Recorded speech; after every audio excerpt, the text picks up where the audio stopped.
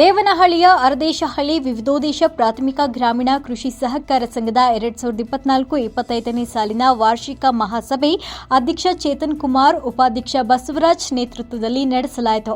ಸಭೆಯಲ್ಲಿ ಷೇರು ಬಂಡವಾಳ, ಬ್ಯಾಂಕ್ ಲೆಕ್ಕಪತ್ರಗಳು, ಸದಸ್ಯರ ಠೇವಣಿ, ಸಿಬ್ಬಂದಿ ಲೆಕ್ಕಗಳು, ಬ್ಯಾಂಕ್ ಲೆಕ್ಕಗಳು, ಸದಸ್ಯರ ಸಾಲಗಳು, ಇತರೆ ಲೆಕ್ಕಗಳು, ವ್ಯಾಪಾರ ಆದಾಯಗಳು, ಬಡ್ಡಿ ಮತ್ತು ಇತರೆ ಆದಾಯಗಳು, ಬಡ್ಡಿ ಪಾವತಿ, ಆಡಳಿತ ವೆಚ್ಚಗಳು ಹಾಗೂ ಇತರೆ ಕುರಿತು ಚರ್ಚೆ ನಡೆಸಿದ್ದು, ಸಭೆಯಲ್ಲಿ ಕೆಲಕಾಲ ಗೊಂದಲದ ವಾತಾವರಣ ಸೃಷ್ಟಿಯಾಗಿತ್ತು. ಮಾತಿನ ಚಕಮಕಿ ಕೂಡ ನಡೆಯಿತು.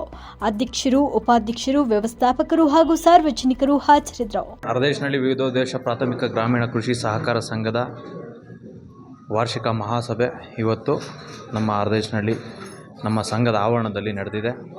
ಇದಕ್ಕೆ ಪ್ರತ್ಯಕ್ಷವಾಗಿ ಪರೋಕ್ಷವಾಗಿ ಎಲ್ಲ ನಮ್ಮ ಸದಸ್ಯರುಗಳು ನೂರಾರು ಜನಸಂಖ್ಯೆಯಲ್ಲಿ ಬಂದು ಈ ಕಾರ್ಯಕ್ರಮವನ್ನು ಯಶಸ್ವಿಗೊಳಿಸಿದ್ದಾರೆ. ಎಲ್ರಿಗೂ ನನ್ನ ಹೃತ್ಪೂರ್ವಕ ಅಭಿನಂದನೆಗಳು.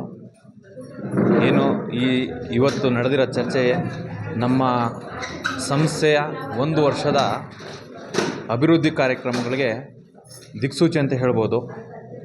ಇಲ್ಲಿ ಸಾಕಷ್ಟು ಹಿರಿಯರು ಬಂದಿದ್ದರು, ಕಿರಿಯರು ಬಂದಿದ್ದರು, ಸಾಕಷ್ಟು ಸಲಹೆ ಸೂಚನೆಗಳನ್ನು ಕೊಟ್ಟಿದ್ದಾರೆ. ಸಂಘ ಯಾವ ರೀತಿಯಲ್ಲಿ, ಯಾವ ದಿಕ್ಕಿನಲ್ಲಿ ನಡಿಬೇಕು ಅನ್ನೋದನ್ನು ಚರ್ಚೆಗಳಾಗಿದ್ದಾವೆ. ಇದ್ರ ಬಗ್ಗೆ ನಾವು ಮುಂದಿನ ಕ್ರಮದಲ್ಲಿ ಅವರು ಕೊಟ್ಟ ಸೂಚನೆ ಸಲಹೆಗಳನ್ನ ತಗೊಂಡು ಸಂಸ್ಥೆನ ಇನ್ನೂ ದೊಡ್ಡ ಮಟ್ಟದಲ್ಲಿ ಬೆಳೆಸಬೇಕು ಅನ್ನೋದು ನಮ್ಮ ಆಸೆ. ಇದಕ್ಕೆ ನಮ್ಮ ಮಾಧ್ಯಮ ಮಿತ್ರರು ನೀವುಗಳು ಸಹ ಬಂದಿದ್ದೀರಿ. ದಯವಿಟ್ಟು ಇದನ್ನು ನೀವು ನಮಗೆ ಸಹಕಾರ ಕೊಡ್ತಾಯಿದ್ದೀರಿ. ನಿಮ್ಗಳು ಅಭಿನಂದನೆಗಳು. ಹಾಗೆ ಏನು ಖರ್ಚು ವೆಚ್ಚಗಳಿರ್ಬೋದು, ಇನ್ನೊಂದಿರ್ಬೋದು, ಮತ್ತೊಂದಿರ್ಬೋದು, ಎಲ್ಲ ವಿಚಾರಗಳು ವಿಸ್ತೃತವಾಗಿ ಚರ್ಚೆಗಳಾಗಿದೆ. ಎಲ್ಲೆಲ್ಲಿ ಸಣ್ಣ ಪುಟ್ಟ ತಪ್ಪುಗಳಾಗಿದ್ದರೂ ಸಹ ಅದನ್ನು ತೋರಿಸಿದ್ದಾರೆ. ಅವುಗಳನ್ನು ಸಹ ಮುಂದಿನ ದಿನದಲ್ಲಿ ಸಂಸ್ಥೆಗೆ ಯಾವುದೇ ರೀತಿಯಲ್ಲಿ ನಷ್ಟಗಳಾಗದೆ ದೊಡ್ಡ ಮಟ್ಟದಲ್ಲಿ ಲಾಭಗಳು ಬರುವಂಥ ರೀತಿಯಲ್ಲಿ ಸಂಸ್ಥೆನ ದೊಡ್ಡ ಮಟ್ಟದಲ್ಲಿ ಕಟ್ಟಿ ಬೆಳೆಸುವಂಥ ಉದ್ದೇಶ ಇಟ್ಕೊಂಡು ಇವತ್ತು ನಮ್ಮ ವಾರ್ಷಿಕ ವಹಿವಾಟು ಬಂದು 37ರಿಂದ 38 ಕೋಟಿ ಇದೆ. ಅದನ್ನು ಮುಂದಿನ ವರ್ಷದಲ್ಲಿ, ಮುಂದಿನ ಫೈನಾನ್ಷಿಯಲ್ ಇಯರಲ್ಲಿ 100 ಕೋಟಿಗೆ ರೀಚ್ ಮಾಡಿಸ್ಬೇಕು ಅನ್ನೋದು ನಮ್ಮ ಮೂಲ ಉದ್ದೇಶ.